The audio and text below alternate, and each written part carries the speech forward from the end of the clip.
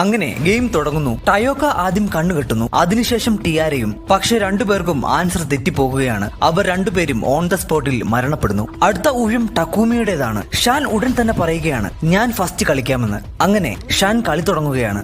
അവൻ ആ ഗെയിമിൽ വിജയിച്ചിരിക്കുന്നു. അതെങ്ങനെയാണെന്ന് അറിയണ്ടേ? അവൻ ഓരോരുത്തരുടെയും ശബ്ദം ഫോണിൽ റെക്കോർഡ് ചെയ്തിരുന്നു. അവൻ അത് കേട്ട് മനസ്സിലാക്കിയതിനു ശേഷമാണ് ആ ഗെയിമിലേക്ക് കയറിയത്. അവന്റെ ഇന്റലിജൻസ് കൊണ്ട് അവനും ടക്കൂമിയും രക്ഷപ്പെടുകയാണ്. അവർക്ക് ഉടൻ തന്നെ ഒരു കീ കിട്ടുന്നു. അങ്ങനെ രണ്ടുപേരും അതെടുത്ത് ഡോർ തുറന്ന് അടുത്ത ലെവലിലേക്ക് വരികയാണ്. പെട്ടെന്നാണ് വേറൊരാളെ ഭീകരനായ ഒരു ഡോൾ ചേസ് ചെയ്യുന്നത് അവർ കണ്ടത്. ഉടൻ തന്നെ ആ ഓടുന്നവൻ അവരോട് പറയുകയാണ്, തന്റെ കയ്യിലൊന്ന് പിടിക്കൂ എന്ന്. അങ്ങനെ കൈ പിടിച്ചാൽ ആ ആളിനെ ഡോൾ ആക്രമിക്കുകയില്ല. അങ്ങനെ 3 പേരും കൈകെട്ടി കൂട്ടിപ്പിടിക്കുന്നു. അത് കണ്ട് ഡോൾ പോവുകയാണ്. ആ സമയത്താണ് ഷാൻ ടക്കൂമിയുടെ കഴുത്തിലെ മാല ശ്രദ്ധിച്ചത്. പൊട്ടിയ ഒരു കപ്പിന്റെ പിടിയായിരുന്നു അത്. ഒരു ഫ്ലാഷ് ബാക്ക്. സ്കൂളിന്റെ മുകളിൽ നിന്ന് ആത്മഹത്യക്ക് ശ്രമിക്കുന്ന ടക്കൂമി